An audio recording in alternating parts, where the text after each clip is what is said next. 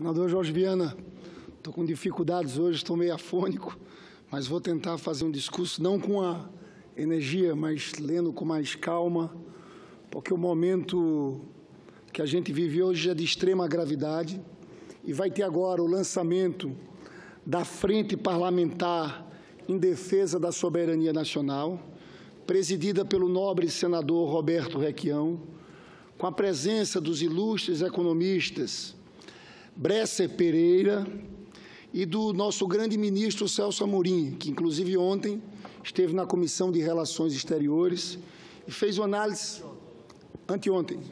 na segunda-feira, fez uma análise muito rica sobre a situação internacional, os conflitos, a situação da Europa, os desafios do Brasil.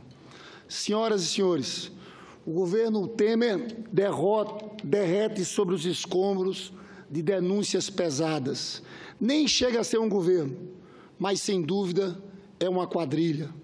Até a base parlamentar, que antes parecia tão sólida, desmancha-se no ar, como vimos na derrota da reforma trabalhista na Comissão de Assuntos Sociais.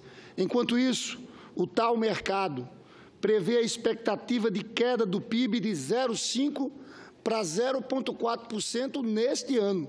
Comemoraram muito, 1% de crescimento econômico no primeiro trimestre, mas já falei isso várias vezes aqui. Na verdade, esse crescimento de 1%, 0,9% foi safras agrícolas. O investimento caiu 1,6%, consumo das famílias caiu, gasto do governo caiu. O pessimismo é geral, inclusive entre economistas neoliberais, diversos analistas, inclusive nesse campo, que antes apoiavam o governo, como Marcos Lisboa, começam a revelar ceticismo sobre o desempenho econômico das ações do governo Temer.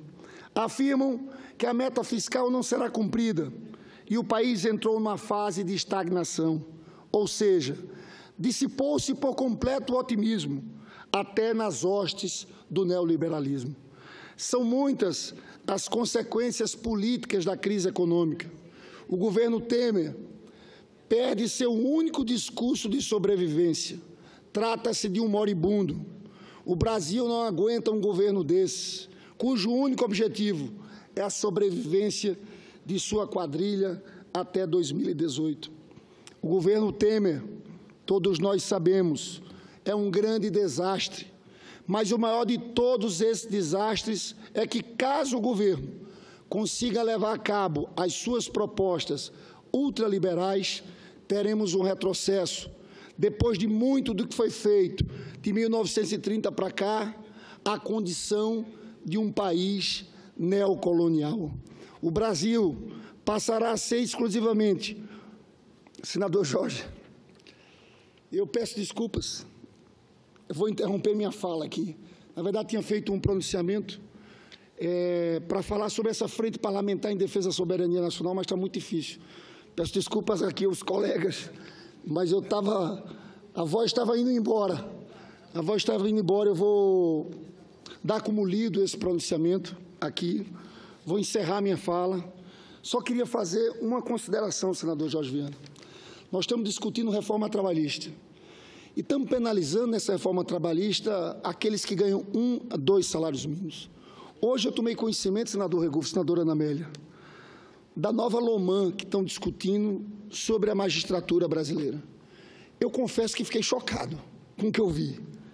Nós estamos penalizando os mais pobres, olha que tipo de coisa estão preparando e vai vir aqui para a Câmara e para o Senado Federal.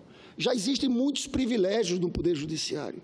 A gente sabe que tem desembargador que ganha 60 mil, 120 mil reais, 2 meses de férias, mas eu acho que esses senhores perderam completamente a noção, no momento que apertam os mais pobres. Eu quero só citar alguns exemplos.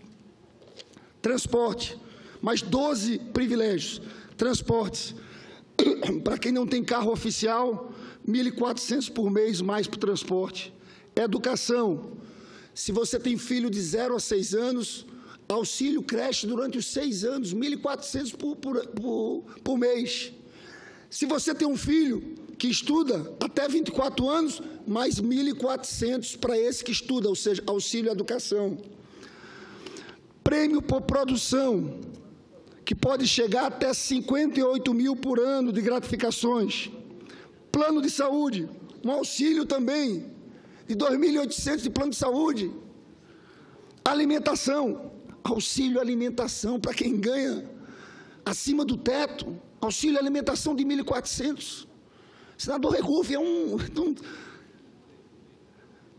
auxílio permanência, é uma indenização garantida a magistrados que já possuem idade para se aposentar, mas continuam no cargo. O valor da verba é de R$7 mil. E por aí vai. Capacitação, auxílio capacitação, R$ 5.500 para magistrados que buscarem se aperfeiçoar em cursos de mestrado, doutorado ou pós-doutorado, R$ 5.500 a mais. Adicional por serviço, e aí vai, diárias internacionais. Eu acho, sinceramente, isso aqui um escândalo, é uma perda completa, e essa proposta que está lá, sendo discutida no Supremo Tribunal Federal. Eu acho um escárnio num momento como esse, em que se aperta tanto o povo pobre, o povo trabalhador, em que se quer reduzir a hora de almoço de 1 hora para meia hora, em que se quer instituir o trabalho intermitente. Então, eu fico aqui o meu registro. E, por fim, uma matéria no jornal Valor Econômico de hoje, falando de uma reunião no Instituto Milênio, onde traz a fala de vários participantes dessa reunião, da economista-chefe da XP Investimentos, Zeina Latif, e o tema aqui foi eleição 2018. O cenário político conturbado pode não atrapalhar muito o desempenho da economia esse ano, mas as eleições de 2018 representam risco real à agenda de reformas necessárias para o país voltar a crescer. Eu fico impressionado com isso. O que querem? Então, é como se a participação do povo, o processo eleitoral, ameaçasse as reformas, a estabilidade econômica. Eu quero aqui, na próxima semana, quando tiver melhor, fazer um pronunciamento só sobre esse tema, porque, de fato, é impressionante a gente ver economistas, o Instituto Milênio, discutindo preocupações com as eleições de 2018. O que querem? Que não haja eleições. A gente sabe que essas reformas nunca seriam aplicadas por um presidente que fosse aprovado pelas urnas. Ninguém seria eleito com um programa como esse. Mas é muito sério, eu vou preparar um pronunciamento com profundidade sobre esse tema na próxima semana, e lamento e peço desculpas aos meus pares aqui por não poder continuar na tribuna. Muito obrigado, presidente.